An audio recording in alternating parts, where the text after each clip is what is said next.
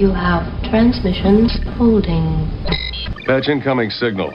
Full audio and video decode. Purple files accessed. What you are about to see has never been shown to anyone outside the Grey Council.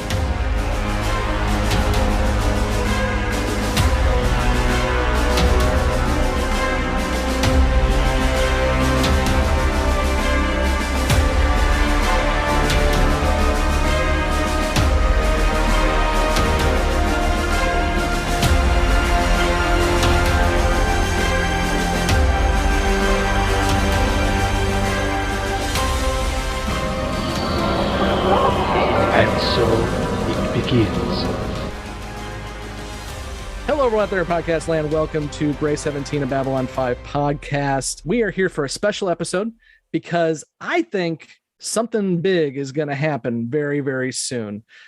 For those who have not been following the Babylon 5 news lately, for the past bit, J. Michael Straczynski has been working on a Babylon 5 reboot for the CW.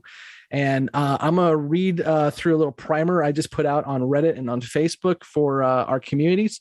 And then Kevin is here with me from the podcast to talk about what we think this reboot potentially could be. And actually, we're going to talk about if it's even the reboot or not, because there's some question here on what's actually happening. So let me get started by saying, first and foremost, there's a lot of misinformation going around here and in other social media about what this is. No, Warner Brothers Discovery is not going to put a reboot on HBO Max. It's not going to happen. Warner Brothers Discovery has no interest in Babylon 5 as a franchise. They haven't had interest in Babylon 5 as a franchise for a very long time. The only reason why it's on HBO Max is because it was free content that they own that they could put on HBO Max, and so they didn't. In fact, that was put on HBO Max by the previous administration before the merger happened. So if you're thinking that this is going to be the next Game of Thrones, ain't going to happen. I'm sorry. No, the CW is not going to turn this into a teen melodrama. And I'm going to say why that's going to happen here in a little bit. But what's going to happen, we think, is that a reboot is coming. So here's the facts we have so far. Today, which we're recording this on 9/18, JMS tweeted the following. It has never been my way to ask B5 fans and followers for a solid on behalf of the show, because I feel it's my role and the role of the show to be in service to you and not the other way around. But tomorrow, what he's saying is Monday, September 19th, for the first time in 22 years, I will ask. So he is saying again, for the first time in 22 years, he's going to ask us for a solid. And we don't know what that solid is because JMS likes to beg book. But prior to this, he has been teasing for months that Babylon 5 reboot, or what he is calling B5B, will have news soon. My assumption is tomorrow, when this podcast drops, news will break regarding the reboot. CW will be watching the reaction on social media to determine interest. If the news lands with a thud, reboot dead. If the news gets legs and we really hype it up, think the original series Star Trek between season 2 and season 3 with that letter writing campaign that made the show survive, we'll be watching a new Babylon 5 this time next year. So after all that, here's what we know so far. The reboot treatment was requested by the network head at the CW. His name is Mark Pedowitz. Back in the 90s, Pedowitz worked for Warner's. He loved Babylon 5 to a point where JMS would slip him future episodes on videotape, so Pedowitz didn't have to wait to see the next one on TV. Pedowitz wants Babylon 5 back. Pedowitz told JMS that he, JMS, would have complete control over the show. The CW, and we heard this from JMS. He has said this multiple times in tweets and Patreon and a few other places. The CW would not force him to make a teen show or anything like that. JMS will be the showrunner, period. The treatment was turned in. The network loved it. And again, we heard this from JMS. They told him, JMS, to write a pilot script. That pilot script has been turned into CW. We only know a few story points that came out in a press release last year, but I'm not going to talk about those story points because I want to keep this spoiler free for anyone who's listening who may not have gone through all of Babylon 5 yet.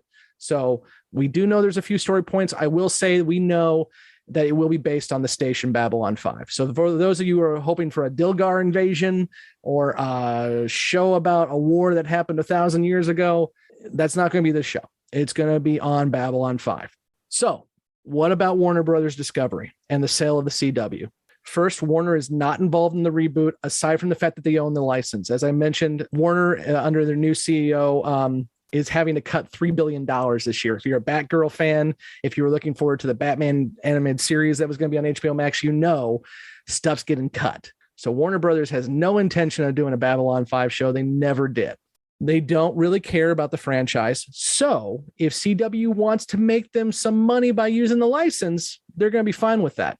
This reboot was never intended to be for HBO Max, period. So all the changes over at Warner Discovery have no impact on this at all.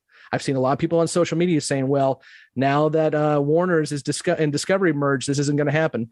That never mattered. What did matter was the sale of CW to Nexstar. That was a major issue for the show for one reason. What would happen with Pedowitz? As I already mentioned, Pedowitz is the president of CW. He is the guy trying to make this happen. If he got fired during the sale of CW to Nexstar from Warner, it's over. Pedowitz is still there. It has been announced over the summer that Nexstar is keeping Pedowitz as the head of the network. He's not going anywhere, which is good for us. In order to protect the project, Pedowitz actually moved it from 2022 to 2023. And again, JMS has told us this himself, that the reason why the pilot got moved from the 2022 slate to the 2023 slate is to keep it out of danger during the merger and the sale of CW to Nexstar. Now that has all been cleared out, we're now looking towards the 2023 fall season. Over the past several weeks, JMS has been teasing on Patreon and on Twitter that news would be coming. He has said we should know more by this fall. Based on the tweets we've seen and the one I just mentioned, I think the decisions are going to be made in the next few days. So TLDR, the CW wants B5 to happen. JMS will be the showrunner. JMS needs our help to get the show off over the finish line. That's my assumption. He hasn't said that yet, but I think that's where we're at. So Kevin, am I wrong? Am I right? What do you think about this whole B5B discussion? Well, I'm just surprised that in 2022, this is really the way that it's done, because I'm surprised that the studio just doesn't look at all of the online resources and discussions, podcasts, websites for Babylon 5 fandom, and doesn't realize that there definitely is a baked in fan base for something like this. But it's surprising a little bit, but at the same time, I'm sure they're hedging their bet, and they just want to be sure that they're going to make some money on it, and it's not going to be something that they're just throwing money down a tube for. So, I mean, they're going to have to put in a couple of $1 million easily to get it off the ground, and then I don't know, $1 million or $2 million per episode after that to have the production value be anything decent. So I think even I saw JMS on the Patreon talk about someone brought up the topic of a Kickstarter, and he says, yeah, this isn't going to go a Kickstarter. No one's interested in that. And you'd have to get, and he threw out the number. I feel like it was 2 million plus $1.5 million an episode, something like that, to get it to run. So definitely Kickstarter is not involved with this. That's not what they're looking for. Kickstarter isn't going to be around for an entire series, even half of a season. There's no way they're going to get that kind of money out of a Kickstarter. Yeah, and a network's not going to want to do that because they don't want to give any kind of control away from what they're doing. This is their investment. And if you have people throw in $10 to become a producer or whatever, God, that'll be a nightmare. That's why no network would ever do that. The network has plenty of money. They apparently just want to know that they're not just going to be throwing money down a tube. Yeah, that's my assumption too. And, JMS made that tweet I quoted a little over 12 hours ago. It's had 645 retweets, 153 quoted tweets, and 4,177 likes. And then the Gray 17 podcast, posted on a Babylon 5 Facebook group that's had over 1,700 reactions and over 400 comments about people interested in this. So I'm hoping that if this is the case, if my assumption's right, and again, I'm not an insider, I just know how to do some research, and I've been keeping track of this thing because I have no life. My hope is that this translates. So if I'm right, that news is going to break anytime, and they're going to be judging the reaction. I hope people will buy into this. I really think this is how it's going to happen. Kevin, we had talked a little bit about people's hesitancy with a reboot. You had mentioned before Battlestar Galactica, and how that's kind of like the reboot you think about in the sci-fi world. I posted this conversation on Reddit, the Babylon 5 subreddit, earlier today, and 5Orange77 replied back saying, "Thank you for this. I'm eagerly awaiting what comes next. I refuse to watch Battlestar Galactica reboot because I felt it was a sacrilege." Yeah, I know. "And I wouldn't do justice to the original or just plain rehash it. Yuck. 15 years later, I finally succumbed to watching it, and it told the old story in a new way. I enjoyed most of it. The fact that JMS is remaining in charge makes me really interested, and this is a writer-creator who has never shied away from doing new things." And I agree with 5Orange. I think if it was another person, I'd be more concerned, but JMS doesn't rehash stuff. Kevin, you haven't read the autobiography yet, Becoming Superman, but I know you're going to. And in there, JMS talks about how he has a little voice in his head that pops up all throughout his life that, and I'm paraphrasing, basically says, "You're done here, move along." And it has made him move along a lot. And it makes him make decisions and change his career and change what he's doing completely, because he's done. He's done it. So the fact that he's going back to this tells me he's got some new ideas. And the commentary he puts out on his episodes, he says a lot that every scene he watches now, 30 years later, every piece of dialogue he hears, he wishes he could do it again and do it better. So I think that it's going to be a different story, but thematically with the characters, we're going to have a lot of the same characters returning. I think we're going to have a lot of the themes returning, but I'm looking forward to see what he brings to the table this time, being a person who's, grown as a human for 30 years and had our interactions with him, for better or worse. He's had a lot of interactions with the fan base, so he knows what we've liked and what we didn't like. But there's also the possibility here that we're completely wrong, that it's not going to be the reboot that we're going to talk about. And actually, that's another person on Reddit who just posted, the Genre Geek. He says, "This is all good info to be aware of. However, it's worth mentioning B5B, which is what we're calling the reboot and what JMS calls a reboot, isn't the only B5 project JMS is involved in. There is a second unknown secret B5 project, which JMS calls B5A. JMS copped to this as being finished, and it would be out before any series, though I don't believe he's announced what it is yet." And that's correct. He hasn't announced what it is yet. Genre Geek continues, "It's equally as likely JMS is asking here. It's likely what JMS asks here may have nothing to do with the reboot. It could easily be about the new project, which again isn't the reboot. Of course, it's equally possible JMS needs this other project to succeed so that he could show fan interest and strengthen his position on B5B, which is the reboot. For all we know, JMS is trying to get a Fathom event for a special showing of a B5 retrospective, and we're going to be asked to buy a bunch of tickets, or we need to pre-order a copy from Best Buy."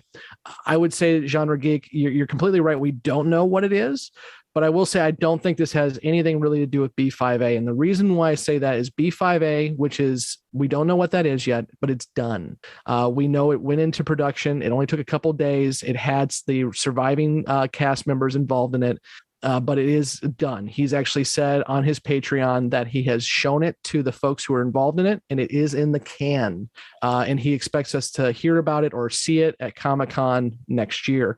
So you're not going to do anything to release this thing to gauge interest in a pilot that comes out in 2023, because you need to go into production before then. You need to start casting. You need to start building sets, putting together costumes, getting everything ready so you can film this pilot probably in February or March. So it's on the air in August and September. So you're not going to be gauging interest at Comic-Con, because at that point it's too late.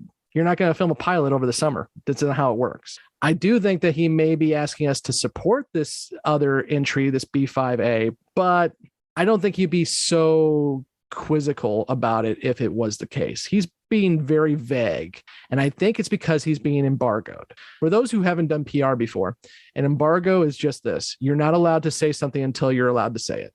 So if he's been told that there's a story coming about your show and it is embargoed until Monday at 8 a.m. Pacific Standard Time, he's not allowed to talk about it. What he can do is he can vague book us and say, tomorrow, I'm going to need your help. So I think that's what's happening here. I think he knows it's going to happen. And Kevin, you're a part of the Patreon too. He sent an email out last week saying, this is going to be a very interesting weekend. And so I think we're on the cusp of something here. And I think he needs us to get over the finish line, whatever that may be. Kevin, what am I missing? Anything else you want to add? Well, Scott, you're either going to be right or you're going to be eating a plate full of crow. No, it wouldn't be the first time. And we just recorded our episode for Signs and Portents, which will be coming out here in a few weeks. And Nicole and Justin, one of them's right on a certain issue and one of them's wrong. And we're going to find out who's right and who's wrong on that one too. And I know who's right and who's wrong. And so does Kevin. And I really want to say it right now just to say it, but we can't because the newbies don't want to get spoiled. So one of them's right. One of them's wrong. We'll find out who, and we'll find out pretty quick if I'm right or wrong. I certainly hope I'm right, but again, I have no insider information. I sure have tried to get some insider information. I may have shot JMS. I may have slid into JMS's DMs earlier today, but he ain't talking. So, but I'm hopeful. And the reason why we're dropping this is because I think that come tomorrow, there's going to be a lot more interest in Babylon 5. And I'm hoping that the community that's out there comes together and really supports this thing. Because again, whether you're a big fan of reboots or not, Babylon 5 and JMS are the same thing. So if you trust him, he's telling you that what he's got in store for us is going to be good. And I trust him. So hopefully that'll be the case. You know, initially when they were rebooting Battlestar Galactica, I was very hesitant to watch it. I grew up loving the original, even though it's very dated at this point, but it's still very enjoyable for people that want to check it out.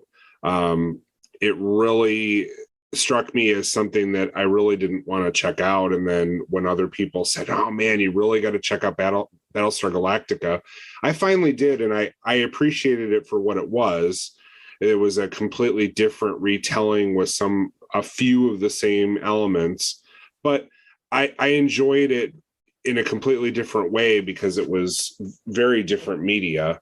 And I think people who will wait around for whatever this Babylon 5 reboot is will very much enjoy it, because a lot of us that have grown up watching Babylon 5 will be very trusting of JMS to do something that isn't just some crappy rehash, and it's going to have value that we're all going to really enjoy, and it isn't just going to be something that he just did for money, because he's just not that guy. No, he's not.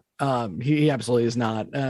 Say what you will about JMS, and he's an interesting character, and he'll call you out on Twitter as he has with me at least once, but he definitely doesn't.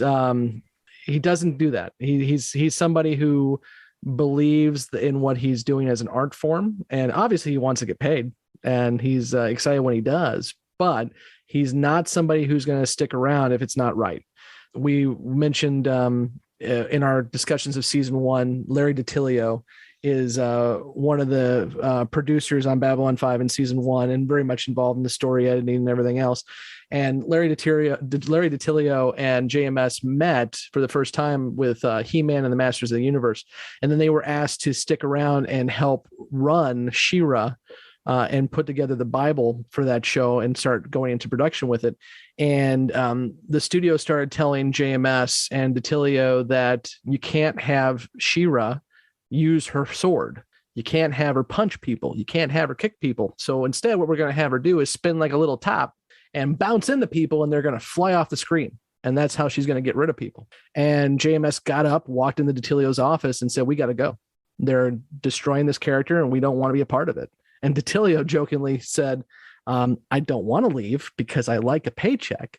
And if I don't get another job after this, I'm going to kill you." And JMS joked that for the rest of DiTillio's life, he would always call up DiTillio first for any new job opportunity he had, because he didn't want DiTillio to kill him.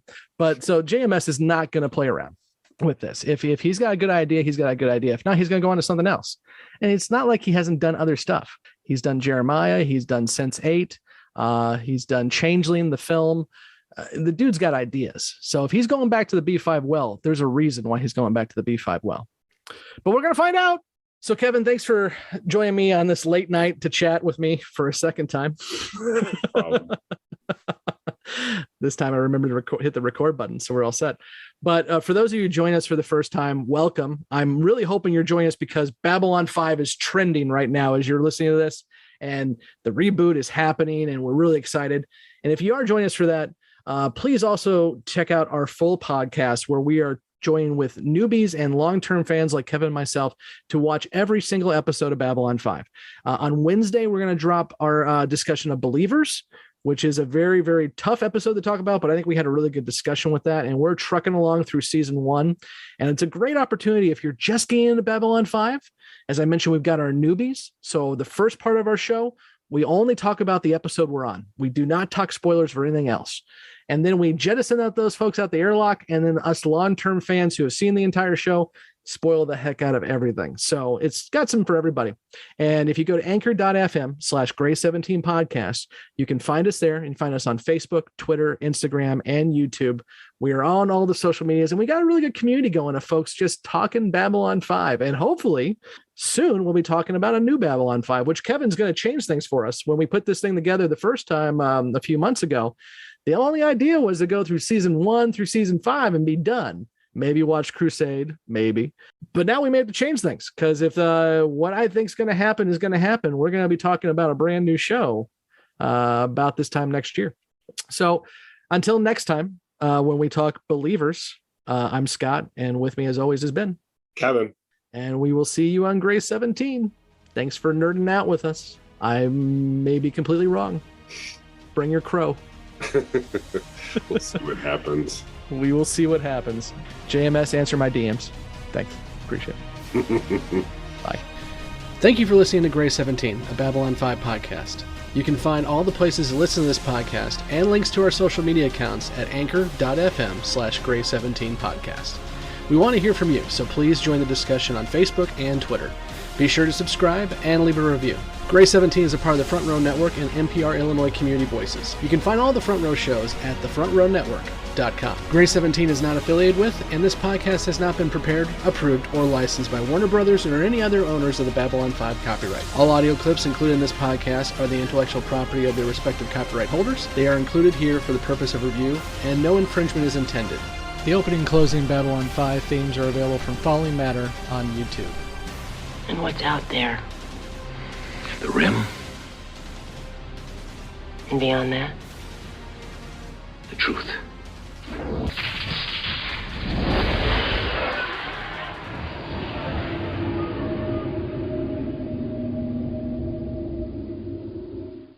You wouldn't believe it, but 3 wine coolers, and I'm buzzed.